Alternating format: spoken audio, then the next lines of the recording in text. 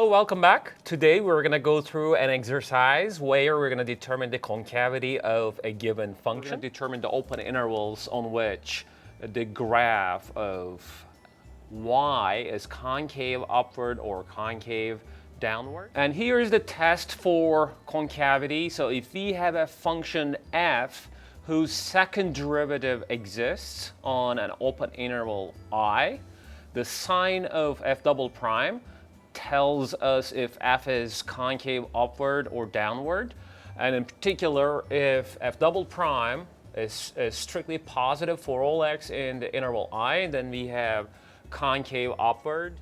If f double prime is strictly negative for all x in the interval I, then it's concave downward. So concave upward could be in two different shapes. One could be like this, and also like this. So both curves are concave upward. In fact, in this one, the function is decreasing, but in the other one, the function is increasing. And for concave downward, we also have two scenarios. One is an increasing scenario, and the other one is the decreasing scenario. So we need the second derivative of this function. But before we hit the road, I want to remind you a nice property, differentiation, because this function here can be written as 8x plus 9 times cosecant, because sine x is the reciprocal of cosecant x and vice versa. So cosecant x is the reciprocal of sine x. And the derivative of cosecant x is found by this formula. This is something covered in the previous chapter. So and you can find these formulas in the formula card for the differentiation rules. As you see, cosecant u has the derivative of minus cosecant u cotangent u. But in our case, since u is x, in other words, the argument of cosecant function is just x, so x prime is going to be just 1. So the derivative of cosecant x is going to be minus cosecant x cotangent x. So we're going to sort of like use this formula in the next step, which is equal to 8 minus 9, because minus comes from the derivative of cosecant x. So cosecant x, cotangent x. So at this moment, we need the second derivative of y, and that is in fact the derivative of y prime. So if I take the derivative of y prime, okay, here's a notation for that. The derivative of y prime, which is in fact y double prime, second derivative, right? So we were taking the derivative of this. So the derivative of this piece is going to be 0. Let me just write everything precisely. As I said, this derivative is 0. And for this one, well, we have the product of two functions, right? So we're going to use the product rule for this purpose. All right, let's try to sort of like use a bracket notation here. All right.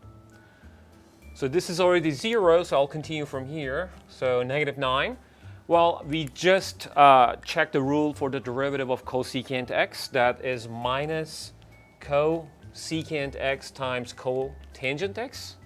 And I have another cotangent x multiplied, so this becomes cotangent squared x.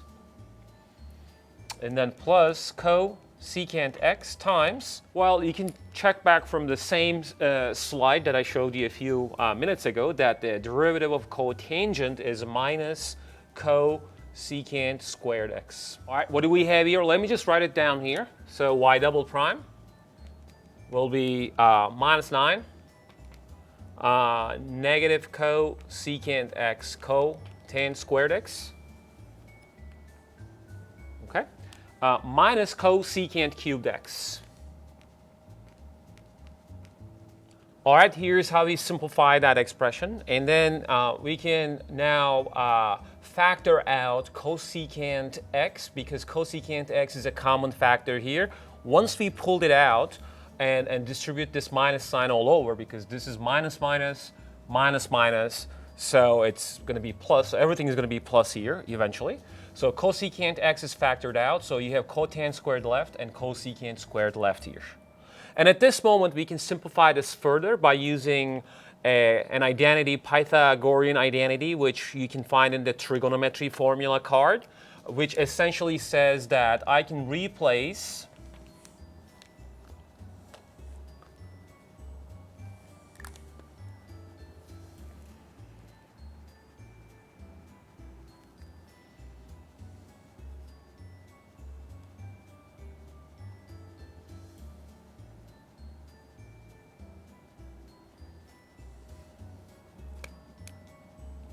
cosecant squared x by 1 plus cotan squared x.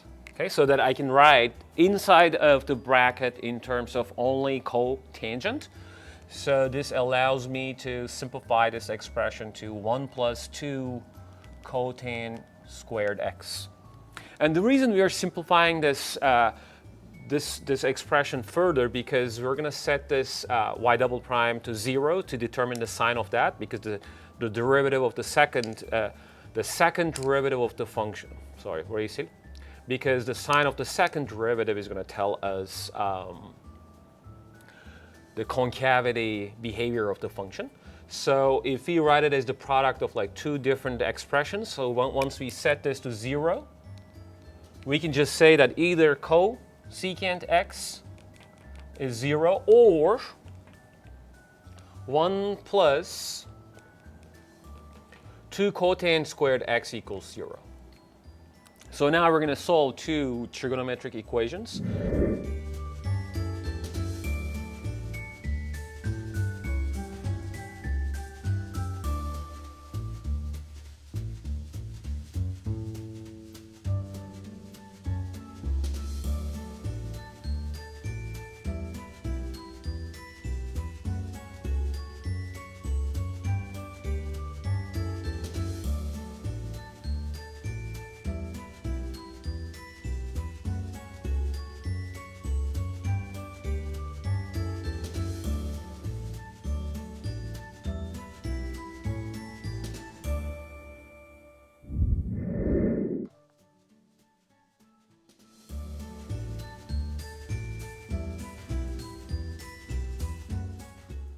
All right, here's the graphical outlook. Let's try to verify our table. So as you see that we had concave down on the left of 0.